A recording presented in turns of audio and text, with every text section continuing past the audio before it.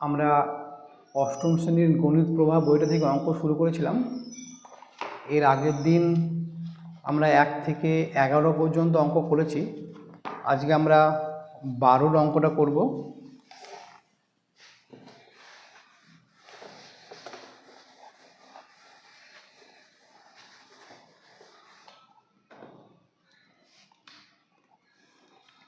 বারোর অঙ্কতে বলেছে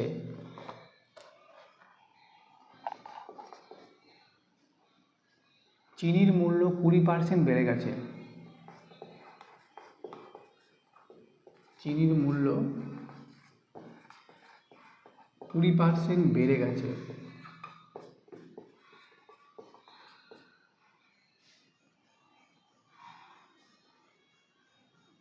তাই চিনির মাসিক খরচ অপরিবর্তিত রাখতে চিনির মাসিক খরচ অপরিবর্তিত রাখতে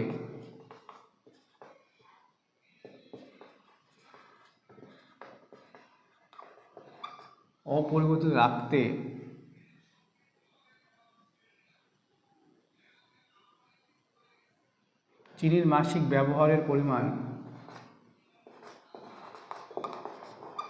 চিনির মাসিক ব্যবহারের পরিমাণ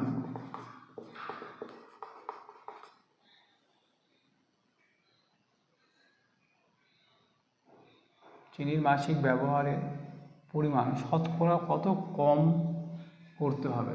পরিমাণ শতকরা কত কম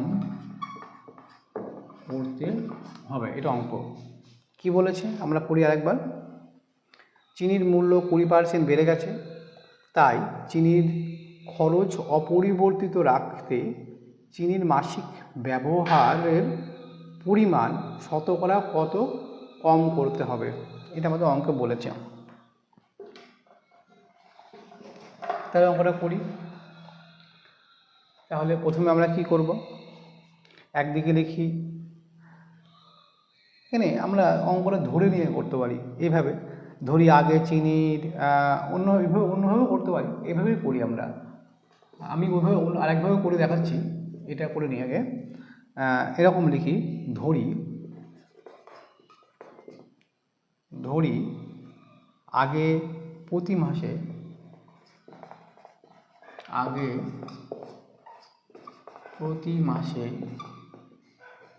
100 টাকায় 100 কেজি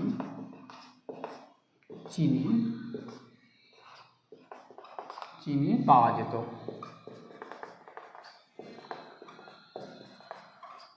ঠিক আছে, এটা ধরে নিলাম। এখন চিনির মূল্য যেহেতু 20% বেড়ে গেছে, এটা লিখি। এখন যেহেতু চিনির পরিমাণ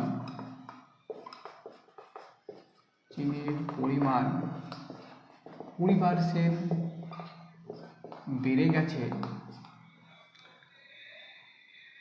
অর্থাৎ বর্তমানে 120 টাকায় 100 একক চিনি পাওয়া যাচ্ছে, এটা লিখি। অতএব এখন বর্তমানে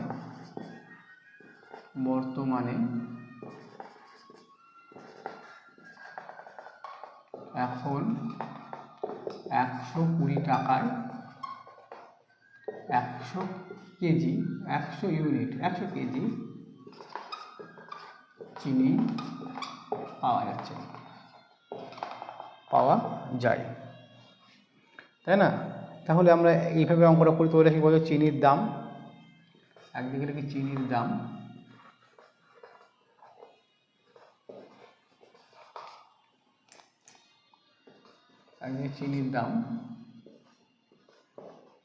আর একদিকে লিখি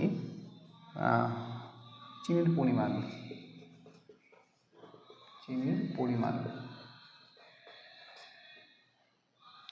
চিনির দাম কত? 120 টাকা। 120 টাকায় কত পাচ্ছি আমরা? 100। আগে আমরা 100 টাকায় কত পাবো, এটাই চেয়েছে। এখানে আমরা লক্ষ্য করতে পারছি সম্পর্ক আর সরল সম্পর্ক 120 টাকা 100 আছে, 100 কতটি সরল সম্পর্ক হবে, অর্থাৎ এখানে সম্পর্কটি সরল সম্পর্ক।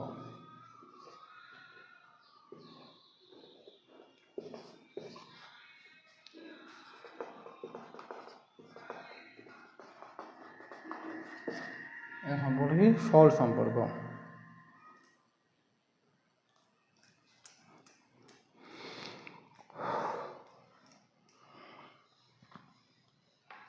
অতএব আমরা চিনির পরিমাণ 100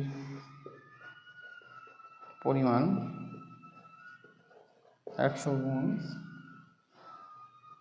120/100, 0 0 কাটলাম, 5 দুগুণে 10, 6 দুগুণে 12, আর 3 দুগুণে 6,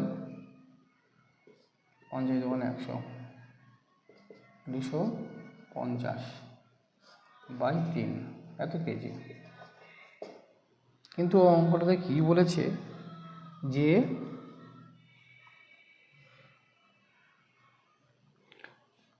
অপরিবর্তিত রাখতে, চিনির অপরিবর্তিত রাখতে কত পরিমাণ চিনি ব্যবহার করে, তাই না? তাহলে আমরা এখানে লিখি চিনির ব্যবহার কমাতে হবে, তাই না? দেখা যাচ্ছে খরচ অপরিবর্তিত রাখতে হলে লিখি আমরা, অতএব খরচ অপরিবর্তিত রাখতে হলে চিনির ব্যবহার কমাতে হবে।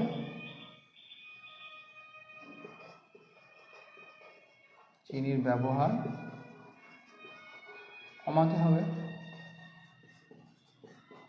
তাই না? অতএব চিনির ব্যবহার কমাতে হবে। পূর্বের চিনির পরিমাণ সমান সমান বর্তমান চিনির পরিমাণ। আগে পূর্বের চিনির পরিমাণ, পূর্বের পরিমাণ আর বর্তমান পরিমাণ, তাই না? কমাতে হবে কত? তাহলে আমরা এখানে লিখে 100 বিয়োগ 250/3 কত হবে? আমরা জানি লসাগু 3 হবে 3, তাহলে 3 100 300 বিয়োগ 250 1 1 1, তাহলে কত হচ্ছে 50/3, 50, তাহলে 300 48, 2 2 3। অঙ্কটা আমি একবার বলে দিচ্ছি, অঙ্কটাতে কী বলেছিল যে, আচ্ছা এখানে লেখা আছে